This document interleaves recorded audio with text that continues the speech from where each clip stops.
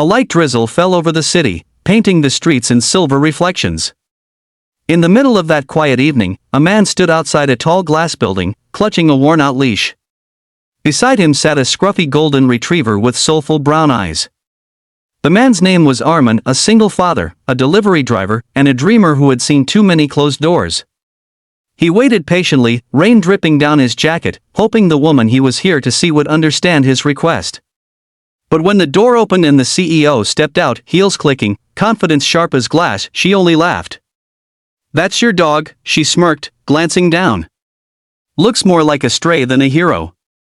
Armin's grip on the leash tightened. He didn't reply because he'd learned that sometimes silence carried more dignity than words. That night would mark the beginning of something neither of them could have imagined. Armin had once been an engineer, a man who built bridges and carried hope in his heart. But life had its own plans.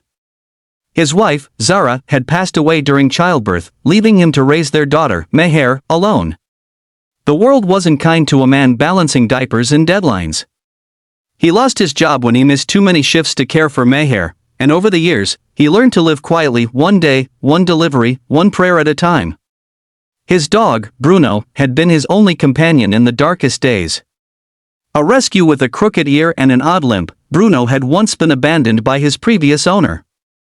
The two shared a bond that didn't need words, just silent loyalty. One evening, while Armin delivered a package to Lexera Industries, he overheard that the company was hiring part-time facility assistants. Desperate for a stable job, he left an application.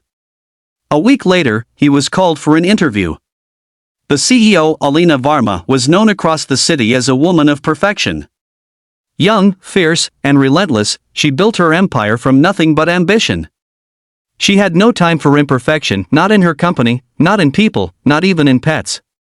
When Armin showed up outside her office that day, wet from the rain, holding Bruno's leash, she thought it was a joke. "You brought a dog to an interview?" she scoffed. "He's my family," Armin replied softly.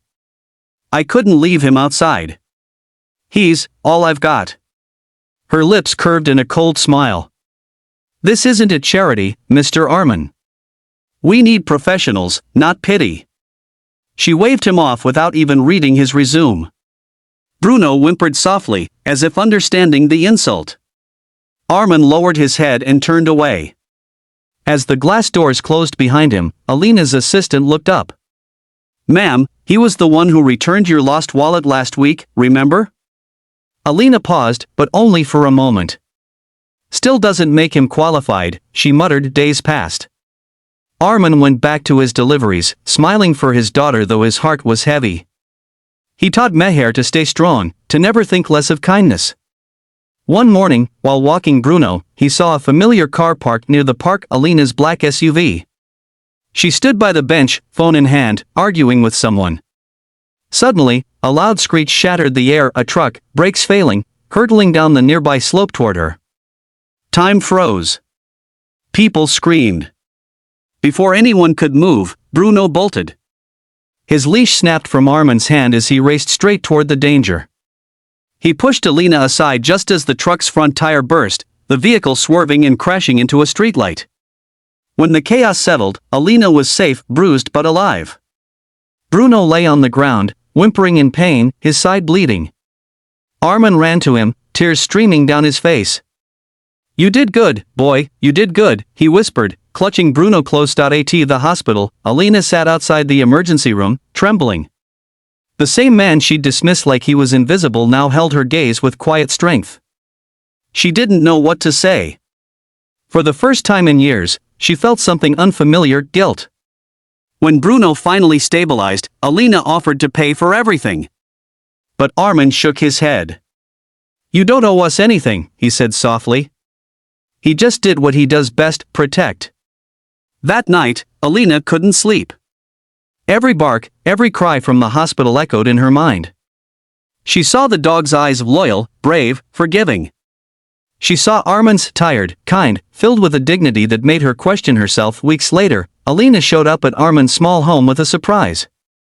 She knelt down, patting Bruno's head gently. "Hey, hero," she said. "I owe you one." Armin smiled faintly. "He doesn't hold grudges." She stood and turned to Armin. "I'm offering you a job again. but not as an assistant. I want you to lead a new initiative, Lexera Cares, a program for single parents and rescued animals. You'll manage it. You've earned it. Armin's eyes filled. Why me? Because I finally understand something, she said quietly. Strength isn't how loud you speak. It's how deeply you care. And, your dog reminded me of that. Bruno barked once, as if sealing the deal. Months passed. Lexera Cares became a citywide success, giving jobs, homes, and hope to dozens. Alina changed too. The once cold CEO now visited shelters, smiled more, listened more. And every Friday evening, she stopped by Armin's home for dinner, not out of pity, but friendship. Meher would run to greet her, and Bruno, now fully healed, would rest his head on Alina's lap. Sometimes, she'd laugh softly and say, "You know, Bruno, I mocked you once." And every time, the dog would wag his tail as if to say, "Forgiveness is the greatest victory." In the end, the world remembered two things: the dog who saved a life and the kindness that changed another. Armin had once lost everything, but through patience and compassion, he found not just a job or respect, but something far greater, proof that goodness, no matter how small, always comes back full circle. Because sometimes, heroes don't wear capes. Sometimes, they just have a wagging tail and a heart big enough to heal the world.